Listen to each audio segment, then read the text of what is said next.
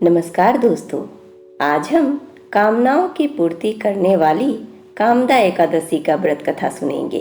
तो चलिए शुरू करते हैं। चैत्र मास के शुक्ल पक्ष में आने वाली एकादशी को कामदा एकादशी कहा जाता है।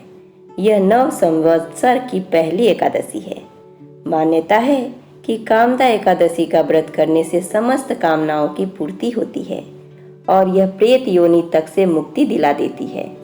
इस एकादशी का व्रत करने से वाजपेयी यज्ञ के समान पुण्य प्राप्त होता है। इस एकादशी के दिन लौंग ग्रहण करने का विशेष महत्व होता है। अब कैसे करें व्रत पूजा यह देख लेते हैं।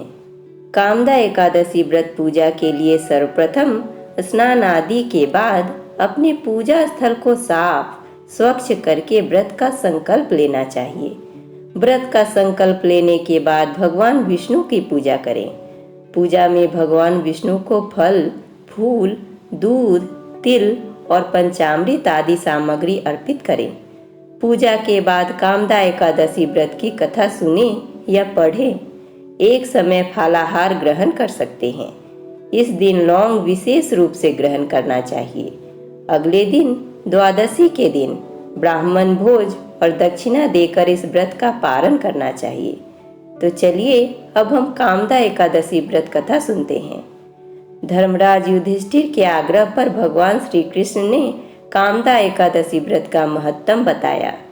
प्राचीन काल में भोगीपुर नामक एक नगर था। वहाँ अनेक ऐश्वर्यों से युक्त पुंडरीक नाम का एक राजा राज्य करता था। भोगीपुर नगर में अनेक अप्सरा, किन्नर तथा गंधर्व सुखपूर्वक निवास करते थे। उनमें से एक जगह ललिता और ललित नाम के दो स्त्री पुरुष अत्यंत वैभवशाली घर में निवास करते थे। उन दोनों में अत्यंत स्नेह था, यहाँ तक कि अलग अलग हो जाने पर दोनों व्याकुल हो जाते थे। एक समय की बात है, पुंडरीक की सभा में अन्य गंधर्वों सहित ललित भी गान कर रहा था। गाते गाते उसको अपनी प्रिय ललिता का ध्यान आ गया और उसका स्वर भंग होने के कारण गाने का स्वरूप बिगड़ गया। ललित के मन के भाव जानकर कारकोट नामक नाग ने पद भंग होने का कारण राजा को बता दिया। तब पुंडरीक ने क्रोधित होते हुए कहा कि तू मेरे सामने गाता हुआ अपनी स्त्री का स्मरण कर रहा है, अतः तू कच्चा मांस और मनुष्यों को खाने वाला राक्षस बनकर अपने किए कर्म का फल भोगेगा। पुंडरीक के श्राप से ललित उसी क्षण महाकाय विशाल राक्षस हो गया। उसका मुख अत्यंत भयंकर, नेत्र सूर्य चंद्रमा की तरह प्रदीप्त तथा मुख से अग्नि निकलने लगी। उसकी नाक पर्वत की कंदरा के समान विशाल हो गई और गर्दन पर्वत के समान लगने लगी। सिर के बाल पर्वतों पर खड़े वृक्षों के समान लगने लगे तथा भुजाएं अत्यंत लंबी हो गई। उसका शरीर 8 योजन के विस्तार में हो गया। इस प्रकार राक्षस होकर वह अनेक प्रकार के दुख भोगने लगा। जब उसकी प्रियतमा ललिता को यह वृतांत मालूम हुआ तो उसे अत्यंत खेद हुआ और वह अपने पति के उद्धार का उपाय सोचने लगी। वह राक्षस अनेक प्रकार के घोर दुख सहता हुआ घने वनों में रहने लगा। उसकी स्त्री उसके पीछे पीछे जाती और विलाप करती रहती।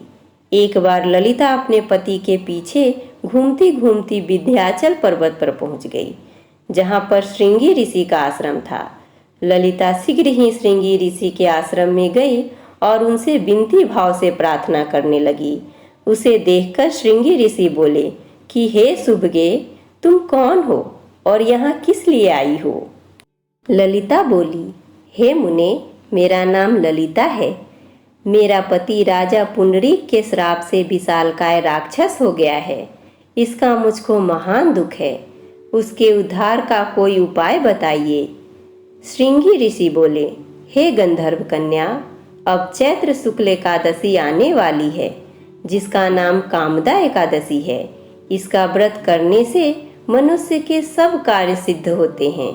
यदि तू कामदा एकादशी का व्रत कर उसके पुण्य का फल अपने पति को दे तो वह शीघ्र ही राक्षस योनि से मुक्त हो जाएगा और राजा का श्राप भी अवश्य में शांत हो जाएगा।